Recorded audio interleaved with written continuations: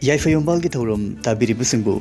taram noksari. Kasi ekhogi Yaipha Yumbal ki thourang da thamjari basi Covid-19 pandemic manungda Angang singbu cheksin na thambina bakidamak loina karigumba anauba wave third wave ama laagadi masidagi kamdongna ekhoina Angang singbu ngakthokna bakidamak sem sahaugatigi haibisigi matangdani.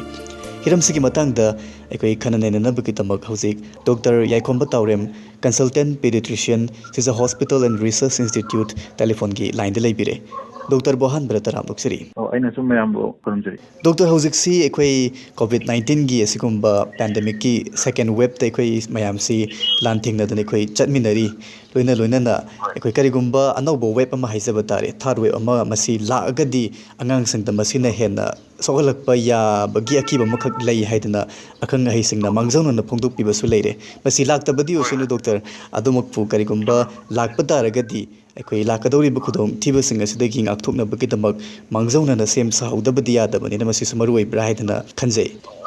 Dr. Masida ekhoina ahan boina khangjeninge basi asigumba anoba web ama makhata na lakpa matamda angang singda hena sokani haidana akhang hai singa takpiba leiri basi Dr. Masi kari maramgi oirabano Dr. Masi se tasena haga di ekhoi hoji phodi first wave second wave and wave ani di sugre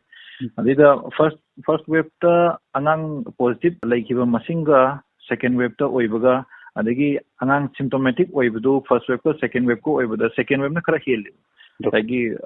symptomatic oibase ado yamna symptomatic oireni yamna serious oibai wanate just kano se positivity rate to wangba symptom wangba heli haban heto hena siba na ba heli habu dinate ado maina sigi train si de yengba sida mahik si ano bo oibanina nasai ki sumana somehow ahanba khoi hairabada first wave tadi ahan jingdasu masagi comorbid labor condition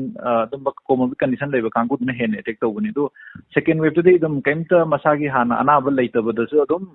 phanyam na attack tawena dum khoi ju taje khangge adi ana dumaina sagi third wave sila adi sagi first wave second wave angang da pak ngamdabadu namakpai ai habigi precaution oina kano tawbi wani aduga masi sumsoi dana hekta third wave ama laani aduga third wave si hek lakpaga angang de loina takatna nani angang yamna so oni habigi praman proof ti leite adugu akoina cheksin dabudi yade kaigino da first wave ta kitang hek first wave loigibuga kitang relax tawrubagi second wave si khangudana wata am phudokre aduna atei countries da third wave fourth wave leibagi matungina khoi du lakpagi chance leibani na khoi precaution laudia de aduga angang da narakpagi sagi first ka second ka da comparison da second na kitang positive oiba henkalakpa symptomatic oiba kitang henkalakpa adu yengaga koi third ta ju hen oirapagi leibgi thigam du ubani na khoina sagi precaution mayam sagi koi government ki side gi ligi public health policy mayam semba matam da angang gi khara focus tawdana kotna adu gi dakar tai aduna sagi preparedness to the am number oiba ligi plus angang da narakpagi symptom kamai to ko whatever adu gi related information jana ta singa ga di anything gi information lai ba is the best oidi ne ba khoina kana to prepare to da aduna si mayam da awareness parents in the natraga any school authorities in the school gumba hangko matam da ju kamaina kaidoba kopa haibagi kanomyam se angangi symptom de kaidigi transmission among pattern singile khambiba ma darka le smaina do sem sap ama di darka le hoi madumakta nei khoi thar web si soidana la ani aduga angang sing de hektamak kudong thibasi nangagani haibagi chap saba khudam changdamti leiba nati adumakpu aduna pakat pidana basu ki tawram tabiri basing su doctor na thambiri bofum se tabiraga khogi maiki digi su thamjari doctor aduga hauzik fawda angang sing da covid-19 positive oiba aduga khudong chadaba sing thengnaba leitaba yawba sigum sang si hoi naba budi khara makai taraga su adug hakna khudong thiba di nang bagi paw se khoin ita ta jide adamasi angang sing da doctor sing na thengnabi bagi matungina kayam yamna ekhoi thengnabi bagi aduga kari gi damakta ekhoi ahan sing da nari ngasagi tonga bakudong thibi yamna sathi ba mongda nari bas angang sing dari nadri bas na kari gino doctor sigi koina exactly koi india gi na dagi koi manipur gi state ki na kano se data se clearly like ko akoi tawudabu naba positive rate koi second wave sida manipur da around 6600 pudi angang up to 18 years phodi dwaina positive oi reba aduga kayam na nagi habado first wave ti yangadi koi india gi ni yangadi about 4 to 5% dan oi bane angang ꯑꯗꯣ second wave tadi about 10 to 15 khara oikhaleeba sije dum hypet chaurakpani exact heta mayamna study tawdana khotana adigi sigi exact data dubudi lejade aduna sagi masi angang da nazarga su angang da yamana di kano se asymptomatic haidi just koina mama mapa positive oi macha jo hek test tawtho kan da hek positive oirambugumba usually symptom di yawdaba ko adumana tawbani heli yamba aduga symptom lerga ju just masa saba kitang adigi kitang manak taba lo kuba kitang hek oibugumba adumana oigale ado yamna hekta serious oiduna handa naba adumana hospitalization tawduna khotana yamna adugi dakal leibasidi yamna pak leite ado masi magi mahikchijo anobo oibunina magi pattern mayamji phajana research tu wali kanna thijanari ado huji phawda sum mayamna thijalakpagi matungina karigi damakta angang da serious oidrino aduga ahandana hek serious oiba angang da yamna kanna heta fatality thokpa ta siba thokpa si ham pak oidabasi ya very rare oisi kaigino ham thikanda mai hypothesis man theory mayam ne hairi amana haise masai akoi mai virus mai gumba manaba singje suppose akoi haise influenza virus ade para influenza virus kind like the RSV virus kind the adenovirus kind khara leiri ko moi angang si jo angang jing da loina naba ayamba ang adult tagi angang dune hena naba virus na tani ado moi gi layong ji corona virus ka hafet manaba aduna moina angang da sum pi ngai da loina angang si mo mai myam ji thingna ki bagi moi da zo adugi immunity leigiba aduga sumba topa virus ina narambagi angang da immunity train to bhaitar immunity training haida aduna corona virus ina hekchang kanda sai manaba mayam duna narambagi antibody angang sida develop tawramba adugi adagi immunity kamaina response tawni habado ad hafet mahik na atai jina training tawrambagi sigi site ju mo hypothesis hairi ko hai sumba theory obi ya have angang da to exactly di khangri adi atopana hai se koi gi mahik ama changta di hakchang ma changta di magi gate ama natraga receptor ama gi through the sangbum darkar leidana adman targa moi any hakchang da koi gi receptor ama mahik sina hakchang tonga receptor gi through the changa dause angang ma chadana receptor je hafet immature oiba adu masagi mahik tun hek changba chanadaba adugumagi somgi site gi receptor site gi su theory adum hainari ko adugi hojiki ACE2 receptor ko am khak fazana angang da develop tawdabagi mahik sina fazana full blown da changbangam da full blown express tawbangam da sumaina theory hairi adubu mahik haiji koi coronavirus haiji magi mutate tawriba maina change tawriba adina aduna ngamnaba ma sagi do masade masak se change tawraga mai receptor do change tawraga dum angang du changpa yai haibagi keno ne ba sagi third wave lakpa khopa haisi angang de ayambana asymptomatic oi haibadi nadi naraba aduga magi symptom kaim utuba masade nae khangdaba sum da test tawru kan he positive oi lerba dumaina he ayambana di oi aduga mathangda kano tawbujina symptom lerega just fever gumba mild symptoms fever gumba kitang mangonda manap taba lok khuba gumba kitang adumba mild symptoms ka level chak chaw ya do gumba kitang masa kitang da tukthaba gumba aduga just 2-3 days lega do mathanda pick up tawgiba phagiba maina tawwe da commonly khoi angang da common oina symptoms hairagadi masagi fever sina dum khwai common oina khoina thingnabada angang mama mapa positive oire adi angang su positive oire kana khwai ahan ba mana hek taw positive fever hi oigal angang da adu fever su dum paracetamol piraga within 2 days 48 hours adu mathanda subside tawgale yam adu mathangda khoigi lokhuba cough adagi sagi manap tabugumba adagi sometimes sore throat khanau nabugumba sumba adagi khara tak chaw ya dabungumba kitang hendalagana moi diarrhea tawba mabuk naba masal naba hakchang nai gumba hakchang thindukpugumba ismaina tawole aduga kaigumba serious oigragadi pura yamna serious oiba condition even young thingba koki even magi brain bho yorgwa seizure ga tawgiba kokiba adi magi masa pura kidney yung han kitaba kidney fail tatkiba kokiba adi liver sokiba adi even mihun heart sokiba dan taroga serious oibadi whole body dum affect over even kano MISC ko bomjule yam sathi ko very rare but MISC na multi systemic inflammatory syndrome in children haine ko aduna sumba yam sathi ba whole body gi even kano tawbasu adum leitaba nate khangdabadi yade sumbaji hekta naadra moi angang du positive orga hekta adum thodra habadi very rare eno handan raje very rare ayam barangang da thoidokpa kiningai lete chamchamba masa sarga lokul ga yam phaba ngakani masimukti laipuk phobani haizabatai hojik fawbagi ne angang sing da do hakna sokhandri haidana haibibase tajabada aikoi sunungai sei doctor aduga khangsaning bamna hojik doctor na su panbibada haibiri angang sing da nabas ayamana symptom leitaba asymptomatic oiba adugumba icham chamba moong da nai haidana aduga loina angang sing ꯑꯉꯥꯡꯁꯤꯡꯗ ꯅꯠꯇꯅ doctor ꯑꯍꯟꯁꯤꯡꯗꯁꯨ ꯑꯗꯨꯃꯛ ꯑꯦꯁꯤꯝꯇꯣꯃꯦꯇꯤꯛ ꯑꯣꯏꯕ ꯃꯌꯥꯝ ꯑꯃ ꯂꯩꯔꯤ ꯑꯗꯨꯒ ꯍꯣꯏ ꯑꯗꯨꯒ ꯍꯧꯖꯤꯛꯃꯛꯇꯤ ꯍꯣꯝ ꯑꯥꯏꯁꯣꯂꯦꯁꯟꯒꯤ ꯈꯨꯗꯣꯡꯆꯥꯕ ꯂꯩꯔꯒꯗꯤ ꯑꯗꯨꯝ ꯂꯩꯕ ꯌꯥꯕꯒꯤ ꯈꯨꯗꯣꯡꯆꯥꯕꯁꯨ ꯑꯗꯨꯝ ꯂꯩꯕꯅꯤꯅ ꯗꯣꯛꯇꯔ ꯃꯁꯤ ꯀꯌꯥ ꯑꯃꯁꯨ ꯂꯩꯅꯔꯤꯕꯅꯤ ꯑꯗꯨꯅ ꯁꯨꯃꯥꯏꯅ ꯇꯧꯗꯅ ꯑꯩꯈꯣꯏꯅ ꯌꯨꯝꯗ ꯑꯥꯏꯁꯣꯂꯦꯁꯟ ꯇꯧꯔꯒ ꯂꯩꯔꯤꯕ ꯃꯅꯨꯡꯁꯤꯗꯩꯁꯤꯗ ꯍꯥꯏꯖꯕ ꯇꯥꯏ COVID-19 ꯄꯣꯖꯤꯇꯤቭ ꯑꯣꯏꯔꯕ ꯑꯉꯥꯡꯁꯤꯅ ꯀꯔꯤ ꯃꯥꯒꯤ ꯌꯨꯝꯗ ꯂꯩꯕ ꯃꯇꯝꯁꯤꯗ ꯀꯔꯤ ꯁꯥꯏꯟ ꯁꯤꯝꯇꯝ ꯂꯥꯏꯑꯣꯡ ꯈꯔ ꯍꯦꯟꯅ ꯎꯠꯂꯛꯑꯒꯗꯤ ꯃꯗꯨ ꯑꯩꯈꯣꯏꯅ ꯈꯨꯗꯛꯇ ꯍꯣꯁꯄꯤꯇꯥꯜꯗ ꯄꯨꯕꯒꯤ ꯃꯃꯥ ꯃꯄꯥꯅ ꯄꯨꯈꯠꯄꯒꯤ ꯃꯊꯧ ꯇꯥꯕꯒꯗꯒꯦ ꯗꯣꯛꯇꯔ ꯁꯤꯗꯤ ꯌꯥꯝ ꯃꯔꯨꯑꯣꯏꯕ ꯀꯣꯏꯁꯟꯅꯤ ꯍꯥꯏꯗꯤ ꯃꯃꯥ ꯃꯄꯥ ꯇꯥꯕꯤꯔꯤꯕꯁꯤꯡꯅ ꯌꯥꯝ ꯃꯔꯨꯑꯣꯏꯕ ꯍꯥꯏꯗꯤ ꯑꯩꯈꯣꯏꯅ ꯁꯨꯝ ꯑꯉꯥꯡꯗ ꯀꯩꯝ ꯇꯧꯗꯦ ꯍꯥꯏꯔꯒꯁꯨ ꯁꯤꯒꯨꯝꯕ ꯐꯤꯕꯝ ꯂꯥꯛꯑꯒꯗꯤ ꯍꯣꯁꯄꯤꯇꯥꯜꯗ ꯄꯨꯈꯠꯄ ꯗꯣꯛꯇꯔ ꯊꯨꯅ ꯇꯥꯟꯅꯕ ꯗꯔꯀꯥꯔ ꯂꯥꯛꯄꯒꯤ ꯁꯤꯗꯤ ꯌꯥꯝꯅ ꯈꯪꯗ ꯌꯥꯗꯕ ꯀꯟꯗꯤꯁꯟ ꯌꯥꯝ ꯐꯖꯕ ꯀꯣꯏꯁꯟꯅꯤ ꯑꯗꯣ ꯑꯩꯅ ꯍꯥꯏꯖꯔꯕꯗ ꯑꯩꯈꯣꯏꯒꯤ ꯂꯦꯡꯒ꯭ꯋꯦꯖꯇ ꯋꯥꯔꯅꯤꯡ ꯁꯥꯏꯟꯁ ꯍꯥꯏꯇꯥꯔꯦꯀோ ꯉꯁꯥꯏꯒꯤ ꯑꯉꯥꯡꯁꯤ ꯆꯨꯝꯅꯒꯤ ꯃꯥꯏꯜ ꯁꯤꯝꯇꯝꯗꯒꯤ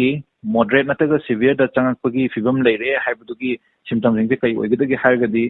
ꯃꯣꯏ ꯍꯦꯛ ꯑꯩꯈꯣꯏꯅ ꯌꯨꯖꯨꯋꯦꯂꯤ ꯑꯩꯈꯣꯏꯅ ꯑꯉꯥꯡꯗꯗꯤ ꯅꯥꯔ ꯐꯤꯚꯔꯁꯤ ꯋꯤꯗꯤꯟ 48 hours ꯑꯗꯨꯝ ꯄꯦꯔꯥꯁꯇꯥꯃꯣꯜ ꯄꯤꯔꯒ ꯐꯠ ꯍꯜꯂꯦ ꯍꯥꯏꯖꯩꯗꯅꯀꯣ ꯑꯗꯣ ꯁꯝꯇꯥꯏꯝꯁꯤꯗ ꯍꯜꯂꯛꯇꯕ ꯃꯥꯒꯤ ꯐꯤꯚꯔꯁꯦ ꯄꯔꯁꯤꯁꯇꯦꯟ ꯑꯣꯏꯔꯛꯄ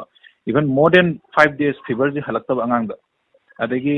ꯃꯥꯁꯦ ꯑꯩꯈꯣꯏꯅ ꯉꯁꯥꯏꯒꯤ ꯆꯥꯎ ꯊꯧ ꯍꯥꯏꯐꯦꯠ ꯌꯥꯗꯕꯗꯣ ꯁꯨꯝ ꯆꯥꯎ ꯊꯧ ꯌꯥꯁꯜꯂꯛꯇꯕꯁꯦ ꯏꯚꯟ ꯀꯨꯏꯅ ꯍꯧꯖꯤꯛꯀꯤ ꯅꯨꯃꯤꯠ ꯍꯨꯝꯅꯤ ꯍꯦꯟꯅ ꯀꯔꯤꯝ ꯆꯥꯁꯜꯂꯛꯎ ꯌꯥꯎꯗꯕ ꯁꯨꯝ ꯄꯠꯊꯔꯛꯄ ꯃꯥ ꯁꯣꯟꯊꯔꯛꯄꯀꯣ ꯑꯗꯒꯤ ꯃꯥꯒꯤ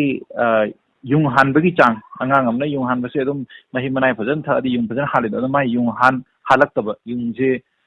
liglakpa achumba condition leiraba adagi angang ji masa de adum ayamba positive oising je masa kitanga sajaraga phat paracetamol tharaga adum question chel adum sanajabane ba covid positive oiba khoina adum thengrakpuda adida sigi opposite ta angang ji tan tallaga drowsy adum tummaga sum leiba aduga ma khengdaba sumba laaba ꯑꯗꯩ ꯑꯩꯈꯣꯏꯅ ꯃꯌꯥꯝꯗꯁꯨ ꯑꯍꯟꯗꯁꯨ ꯆꯞ ꯃꯥꯟꯅꯅ ꯍꯥꯏꯌꯦ ꯑꯩꯈꯣꯏ ꯑꯉꯥꯡꯗꯁꯨ ꯆꯞ ꯃꯥꯟꯅꯅ ꯍꯥꯏꯌꯦ ꯑꯩꯈꯣꯏꯒꯤ ꯄꯜꯁ ꯑꯣꯛꯁꯤꯃꯤꯇꯔꯅ ꯑꯣꯟꯕ ꯃꯇꯝꯗ ꯉꯁꯥꯏꯒꯤ ꯑꯉꯥꯡꯒꯤ ꯑꯣꯛꯁꯤꯖꯦꯟ ꯂꯦꯚꯦꯜꯁꯤ 94ꯗꯒꯤ ꯇꯥꯔꯛꯑꯕ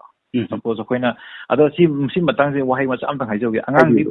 ꯄꯤꯛꯏꯈꯩꯗꯤ ꯑꯉꯥꯡꯁꯤ ꯃꯈꯨꯠꯁꯨ ꯄꯤꯛꯏ ꯃꯌꯥꯝ ꯑꯍꯜ ꯂꯃꯟꯅ ꯑꯣꯟ ꯀꯥꯟꯗ ꯑꯍꯟꯒꯤ ꯑꯗꯜꯠ ꯀꯩꯅꯣꯗꯨꯅ ꯄꯜꯁ ꯑꯣꯛꯁꯤꯃꯤꯇꯔꯅ ꯑꯣꯟꯗꯣꯏꯅꯤ ꯑꯗꯩ ꯃꯥꯁꯦ ꯑꯗꯨꯅ ꯄꯤꯛꯄꯅꯤ ꯀꯞꯄ ꯃꯇꯝꯗ ꯂꯦꯡꯕ ꯃꯇꯝꯗ ꯐꯣꯜꯁꯂꯤ ꯃꯥꯒꯤ ꯑꯣꯛꯁꯤꯖꯦꯟ ꯂꯦꯚꯦꯜꯁꯦ ꯂꯣ ꯎꯠꯄ ꯌꯥꯏꯑꯕ aduna yaragadi angang na fajana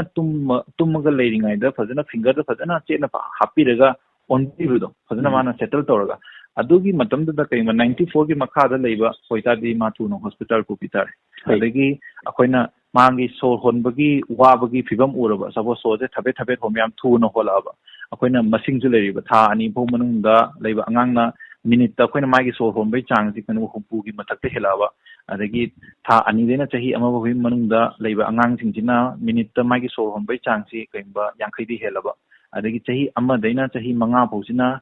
kaimba so honba je minute ta nifu dagi helaba adagi chahi manga gi mathakki angang singna kaimba kunthra di helaba adu ta di ma so honba wai na koina laujeyeba aduna sidi even mana tumningai matam oigira magi so honbagi thabaki movement so koina ghari em torga minute am do count tobodum yaieba aduna sugumba ana so honbagi wabagi mana thabe honbagi thabakta kusala honbagi adum any sign leiraba dudi hospital pu bitare aduga nasagi isamna sum angang ti nongmada ahumlang mairak asum mathi apetpa phairam-badagi yamna mahi oina jor launa yamna toina phaijalaba adu tadi ma hospital ta pukhat bitare adagi obasu sum masas nungai tabagi amuk ani obatana persistent vomiting hena sumno okhalaba ko adu tadi moi aduju warning sign makalamni pukatare aduga sigum myam singa aina haijabe masai amukana haijaraba saigi masa saba kuisalaba adagi chaw thau yartaba adagi yung hanba handarakpa adagi tan talaga ipat patharaga leibugumba oxygen level handarakpugumba so homba wabugumba adagi saigi vomiting amadi sagi diarrhea tawsalakpa severe diarrhea tawsa si mayam si any one of this natraga amadi hena tarokpa matamda parents na hospital da pupigini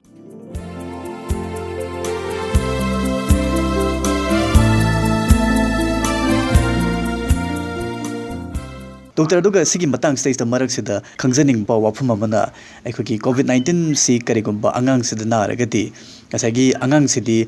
wakhal loksing tadribani khoi ahalgumna masik mask upu social distancing taw haibana sing bisi yaba matang oidribani na siguma matang stage da laiminariba miyoi sing maruina mama pa ani sina haijaba tare angang sigi damakta karamaina masiki cheksin thourang si lokhat kadage doctor angang di tasin haigadi yumda leijabani hojik school du japanate mapanda hotel hang khotna koi chapujunate moida anaba pidoi chidi asingba parents ne ahal laman family gi ahal laman na ko chaluraga yumda poraga angang se pibi doi ne aduduna khwaidagi ahan bada sagi mama mapa oiba ahal laman yum ni da leiba kangu jina khwai gyan tabam darkar le adana moina chathora matungda tangak pada sagi moina chekselege angang na phadoin adang sagi mask fazana uppa changakpa matamda angang pamdring haidang sagi hand sanitize fazana tawthokpa natraga dress fazana hongtokpa iruju thokpa sagi aduga even family manungda bawda yanigi angang si lapna thamba ado angang si lapna thamba si yaroi doini ani mau thakpa khopa matamde cancel akadoini cancel akpa matamda di upai leti akoi moi pamde apote pithakti apote ko adubu yarikei di lapna na 6 feet away thamba haibse dum yumda bawda hoji maintain tawradone even yumda bawda mask upa hainaram ne ba even single mask ki double mask yumda upa aduna sigi angang sin khunje dobina adubu khoina pisak pikpa especially 2 years ki makha de khoina angang da mas upo haibu ya poti moi di sawni lothokini khokini aduna khara chawraga di kitang haina buju ai aduna sagi mama pa bi senaba matamna sagi khwaidagi mama pa duna section birani aduga angang du jo khoina yadgai di tambinab di honani makun masa hamtokpa dagi hand sanitize to suppose moi angang ni mama pa tawbu dum matau tamjabni aduna even moi mamang da khoina mama pa ni makut ka sat ham ko pori moi dum matau tamdo gi ngai dai bini na sagi adugi visual lama utpam darkar le adagi plus akoina angang sinda yarigi makut sina mit naton yarigi pai dana ba moi se adugi jo dum advice pe bi go anything adagi mana anything kanu ma poche ma sanaruba adagi ama toilet ta changuba na to ema changu ju khutsi adi he changu gadi amot ba pai gadi khut hamtok kadam ni haiba si dana dum moi se dum hamtok pi ba adagi moi ki sanapot moi ki dining table bu hairaji adagi kanu gum hairaji table gum hairaji everything di yarigi di dum toina khara surface cleaning to bi ba yumda adagi moi ki sanapot angang sing ki sanapot sing sanabam moi ki car bu egera moi ki laidi bu egera to ji khara koina hygiene maintain to ga phajana thambi ba yumda aduna sagi moi de koina pura thatpa ngam do ina moina so godaba moina pai godaba moina sanar godaba mayam je koina khara control to bi tare adagi mama ga sanaba mi atopa yumgi mi nataba atopa mi changpa matamda angang da sohandaba yarige di si covid matamdi atopa angangi lekai gi mayam pulga sanaba ko padudi avoid tawtare akupa jingji mama pani ingbiraga kitang section ade plus amana yum amada leiba matamda khoi gi air ventilation jam darkar lei akoina di ka ji loina phunjalaga thong loi lonjalaga thambajine hena phayena khalamba yai but khoi nusin sa phajana changba khoi ka ji phajana hangtokpa dum si fresh air changba jina mahik layer mago jo kemba khoi mahik sena aerosol oina ka do pair mago thong hangtokki loina do clean loi tokhoeba aduna matam chana ka thong hangtokpi jina fresh air changan bai si parents na sigi kano se phajana to bigadam practice to bigadam ni ngai je masimusu khigi tabiri basing doctor na me sengna panbiram basi aduga doctor mayam na huzik hek hangna basi huzik maksi lanting nari ba covid-19 sidagi ngakthok na bagi damak khigi bharat pomba huzik sim vaccination gi akan ba khongjang ma sangsin dana khoi mayam si punna saruk yami nari bani ada masidai sa mayam na hek doctor hangna basi khigi breastfeeding tawri ba mama gi khomlang inbiri ba duku mama sina ngasagi vaccine si kapur ba matung da masi hek halak paga dum angang si mama gi khomlang si pitak pa yabra haibana chingba sigum wahang si dum hangna basi lei doctor masi matang da su tabiri basing tang marik sum wafum thambiram ga dengai jagani sigi matang si yam hange khoi da su khoi da kan to buse khoi hamada breastfeeding tawri ba kangu vaccine phadana kape yare han yaram da loi yare kem kiningai letana mayam thoga kapi gani khanje aduga even hoditi pregnant oi bhau yare angang jo chahi handara chahi 23 mathapho yarak tore vaccine kapuki kapthouraga kemba breastfeeding tawriba mama amana laaga angang si adugi duration sumain tawraga gap legedamni haibisi leite kenoda ngasagi even pung ama bhau gap thambagi artha leite just kapa hek loiba khudakta dum angang breastfeeding tawi ai sigida confusion leipam thokte kenoda mama gi khumlang angang na phangba haibisi di amhaina kana doini doctor da koina suppose 3 days natraga 4 days a few days kemba hek lepada khogi mama gi khom thokpagi chang heta handadoin angang na thai hei tano kana ba heli thokpa heli adagi ngasagi mama gi khomlang da kana ba sagi antibodies sei kai dagi sagi angang mahik dagi ngakthona busu am changni even amorom da hairaga di khoina vaccine kapi ba sigi effect to even angang da bo kana ba phangdoin aduna ngasai numit nini oigero humni oigero si lepkadabni haibagi kano leite adum hobudagi hek loibaga adum pitak pigadabni doctor duga loina na atop khangsaning ba mana breastfeeding tawriba mama amasi karigumba positive laibak thibadagi oiragadi madu masagi magi angang dusu mama gi khomlang haibase skimatic darkar oi haibase de akhang ahising adumak takpidana leirabani adun masigi matang dadi doctor karmain tawgani ado hudi ko sigi question sidi nasagi mama adum narabani ba positive oirabani narabani even symptom lying khalajeba fever tawreng khalajeba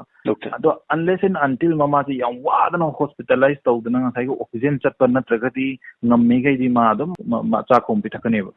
ado ma nasagi kana bana adum heleba pitakpa matam dadi hoi mama du positive oibani na ma cheksin tare nasagi mask phajana up tare angang du pairam laida ma firon phajana anouba haptana khotana dei nasagi makhut masa phajana hamtoktana masa tamtoktana tor phajana yamna hygiene maintain toroga pithak tare aduga angang macha pokta ngai ba singsi adum pithaga hekapa kapapa matamda thaningma matamda pithakpa aduga atopa matamna yarigai labna thamba at least 6 feet away thambiba macha se adu even sometimes atopa mafamda thambasu yai but sage room amda thamjage haigasu adum kitang distance la thamba adu angang ni kapakma matamda da pithakpa mana ta dum tumhallaga kola thamaga pithakpa nataba pitha amdai da dang nasanba aduga pithaktaba matamda da am lathoga thambiba usmain toroga adum mama singna adum kaimta pakhatpa leitana kibe leitana macha sing komlang pithak pigadabani hoi nungaise doctor aduga khoi wari se huji covid-19 gi laisat leibana maram oiraga angang singsi masidagi kamdong ngak thokadagi haibasida ayamba sarukti oire adumakpu doctor khoi gi angang singda toina thengnaba tongan ba laina mayam amasu leiri maruina hujiksi inga ingen gi matam nongju pantha matam oisalak pasida du mahusa na angang sing naganba laihok tawgan basigumba ki mayam su leibani na khoi tabiri basingna masigi matang da su soidana khara makhai di khangbiningam gadrai na khanjei duna hujiki laisat manu sida su oina haijabatai hujik nongju pantha yosalak pasida doctor angang singda toina thengnaba anaba singsi kari no doctor ado hojik nongju patha yorokpani na ngasai gi tin kang leiri adagi patha pumdaba hore kano sumba summer season je amba mahik singi yamna chana jaba matam ni haitare aduna adagi temperature ju yamna sagalakpa matamina ayamba angang jingna nabas amona kai related natragi chaba thakpa related adagi ngasai gi tin kang gi related oidale aduna khoi icham cham na khoi sum yam khangabada khoi waterborne disease je adum kano da summer da na hele aduna ngasai gi example have da khoi gi typhoid je adum ngasai gi chaba thakpa da tangdoini adagi khoi hepatitis A ka haiba khoi jaundice ka lere ko mit ka ngapan kar ko moi je adum chaba thakpa mai isin da kai da kano sandok ko kanguni na adai khoi na loose motion natraga diarrhea dysentery sigi myam so khoi na everything je moi ising phatta gumba chaba thakuma hari thana cholera ko malere mi je thoi puri kham laite ko ado sumba myam si ising phatta ba ko sai kalen gi mahik banai le ko matam sida thokale adi amana tin kang hai ga de ko jik matam da maroi na tin kang hai de khoi mosquito ne ba kang yam dai ba matam mina khoi manipur jo ina di jik Japanese encephalitis adum hojik June July August September bozi adum Japanese encephalitis ki cases adum taba hobira kane adum si je kang de yamna ngatok podar kale aduna sagi calendar naba leina sing sigi akoina ngatok pibasu khoigi corona gi ngatok puga hapet adum mani hainga sagi hygiene maintain to bunga tani sagi do adagi akoina chaba thakpada haira chaba matam da already hangtoga natraga already cut tawba hayama pijadaba adagi loina everything kainom hayama charamdai ma thaino hujik am haino chana matam ni haino ma chage ha haino du phadan chamthokpiba kakta da thang du phadan chamthokpiba kakta do mi du gi khut du phadan chamthokpiba da hygiene je overall da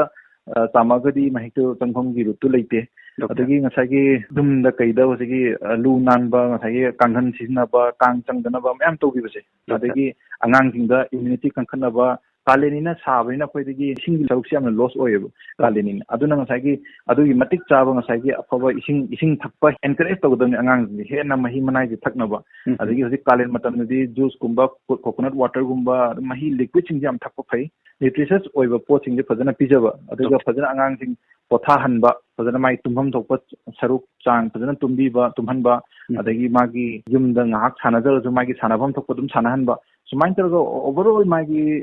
sanabari physical activity di horaga rest tagi horaga di magi diet tagi magi water intake liquid intake tagi si namse yeng biraga di moi soidana mapang kan gani naroi sigi mathakta hojikti vaccine ju yam leire vaccine sagi typhoid hai typhoid na dana vaccine lei di lok thungai hai lok thungdana vaccine lei chicken pox hai chicken pox na dana vaccine lei aduna angang singi mai gi kafam thokpai yaba vaccine arai ba ke dum phajana ki dana loina kathok piba prevention duna na tringai da vaccine kapok prevent to duna hena phabin dana arai ba vaccine mo lei ba sing adum phajana changnai na kathok piba pneumonia na adana pneumonia vaccine lei smain sana loina kathok pi haijani hoi doctor du loisalak poina doctor degi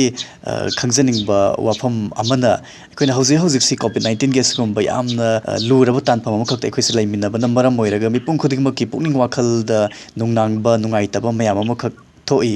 angang sing leiba aduguma mama pa sing dana hena wakhal pukning nungai taba ge aduguma kya am soi khoina thengnajei angang sing sinarak pa matamda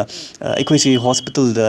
chatpa sidai sida ising sing na ba ma phaw doctor masi aina chatpa matamda ekhoi narakadra natragana ai angang sida mu ngasai gi atoppa singa thengnaruba matamda launarakadra haibana chingba akiba mayam am khak leibadagi khoi yaragadi masi phakidra haidana ekhoi angang sing si yengthokta bida thamjan lamba kaya siguma kya am soi khoina yam thengnajei sigi matang da ekhoi gi ngasigi radio tabiriba maroina angangi mama pawai biriba sing haijaba tare masi deisa doctor gi site gi kari wafum sing thambini balai sigi matang sita ina thamjani se hoi kathok tabana di phai phai yumda leibasna sagi khoi jo kano gi covid-19 gi control slogan je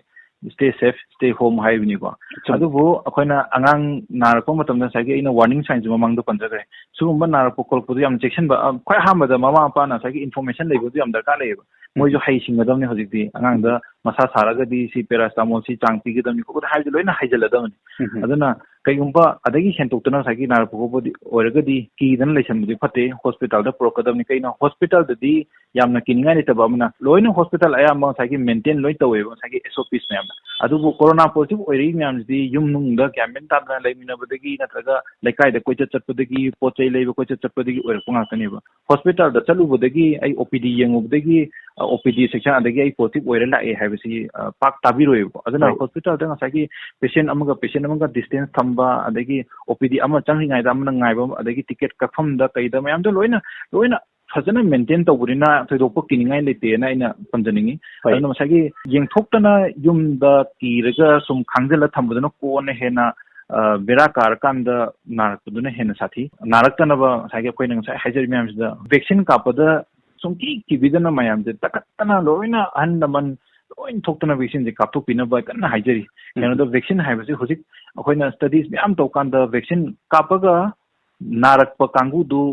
serious loin oigande haidi vaccine kaptana nabaduna serious oibe heli hoji fauda siriba pi myam si almost 100% vaccine kapta baneba vaccine kapagi kanai haibasi mayamna loina hoji khang leirabani mama pa na vaccine kapurgadi mahik to transmit tawroi adita di angang du jong safe orkaduin parents na kapadi angang du samana kanar kaduin yamna nungairiba duka yamna kanariba wafam ji doctor loisalakpara thambiriba mama papa na karigumba vaccine si kapthopiragadi masa du su safe oire haiba wafam sidi angang singi damakta di hosik vaccine leitribanina loina kadori mama pa aduga atei mioi singduna vaccine kaptholagadi makhoi da nadragadi angang dusu save oigadori bani yam nungai jare ngase khogi Yaipha Yumbal gi thoram da sagesin bangai ha kai thok piraga thoram da sarugya biramba doctor bamu hana thagasari